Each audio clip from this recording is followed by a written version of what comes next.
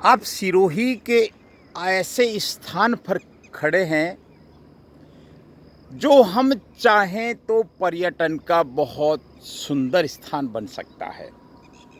ये सिरोही का दूधिया तालाब है। उसकी ये बहुत लंबी सी पाल है। इस दूधिया तालाब की पाल के ऊपर वृक्षारोपण कैसे हो सकता है, इस पर हमने सिरोही टेम्पल्स में एक हल्की सी चर्चा की थी। आज हम पुणे यहाँ पहुँचे हैं, इसलिए पहुँचे हैं कि इस पर चिंतन होना चाहिए, क्योंकि ये सिरोही का सबसे खूबसूरत तालाब हो सकता है, या यूँ कहें कि इसको सबसे खूबसूरत तालाब बनाया जा सकता है। इसमें पुरुषार्थ करना पड़ेगा।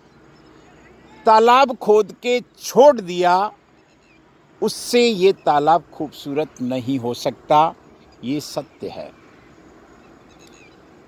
वर्तमान समाज को खूबसूरती पसंद है और तनाव मुक्त होने के लिए वो कुछ खूबसूरत स्थानों को ढूंढता है, जाता है, वहाँ थोड़ी देर बैठता है, बैठ के मन को शांत करता है, रिलैक्स करता है। लेकिन खूबसूरत स्थान होना चाहिए।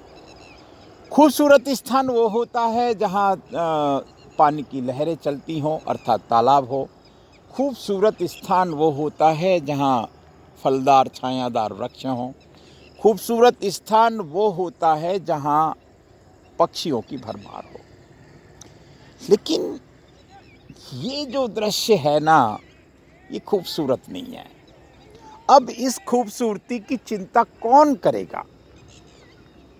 इस खूबसूरती की चिंता सच में कौन करेगा? एक छोटी सी चिंता 2016-17 में आदर्श चैरिटेबल फाउंडेशन, ज्ञान रमन फाउंडेशन या जल संरक्षण वर्किंग कमेटी ने की थी, थोड़ी सी चिंता, और इसको एक तालाब का स्वरूप दे दिया। लेकिन उसके बाद किसी ने चिंता नहीं की इस विषय पर। तो ये वीडियो आपको चिंता करने के लिए है। अगर आप चिंता करते हैं तो अच्छा है, और नहीं करते हैं तो फिर कोई अर्थ नहीं निकलता। चिंता आपको किस बात की करनी है? चिंता ये करनी है कि ये तालाब की पाल के ऊपर हम कुछ छायादार पौधे लगा सकते हैं। हम इसके ऊपर कुछ फलदार पौधे लगा सकते हैं, जिन फलों को पक्षी आराम से खा सकते हैं, और ये यहाँ का संपूर्ण वातावरण खूबसूरत हो सकता है। बस ये वीडियो इसी खूबसूरती को लेकर है। अब इस काम को कौन करेगा, कैसे करेगा, कब करेगा, या करेगा या नहीं करेगा? मुझे लगता है जो अंतिम ऑप्शन है, करेगा या नहीं करेगा, इधर ज़्यादा संभावना है।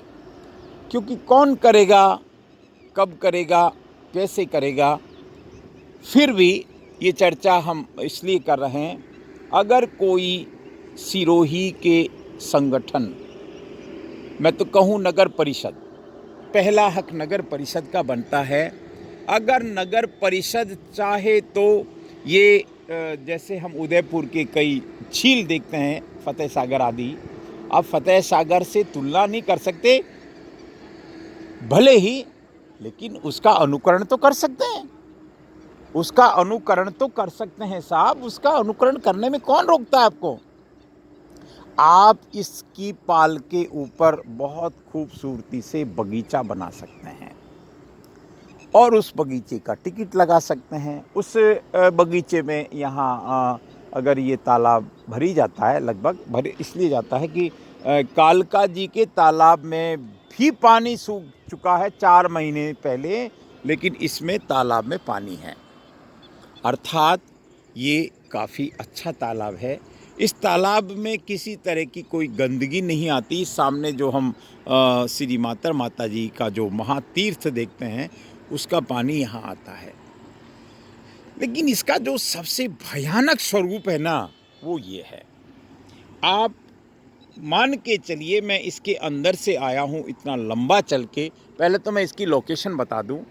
ये लगभग 800 मीटर लंबी पाल है, चौड़ी पाल भी है, हम देख सकते हैं। अब इस पाल पर कुछ योजना बननी चाहिए।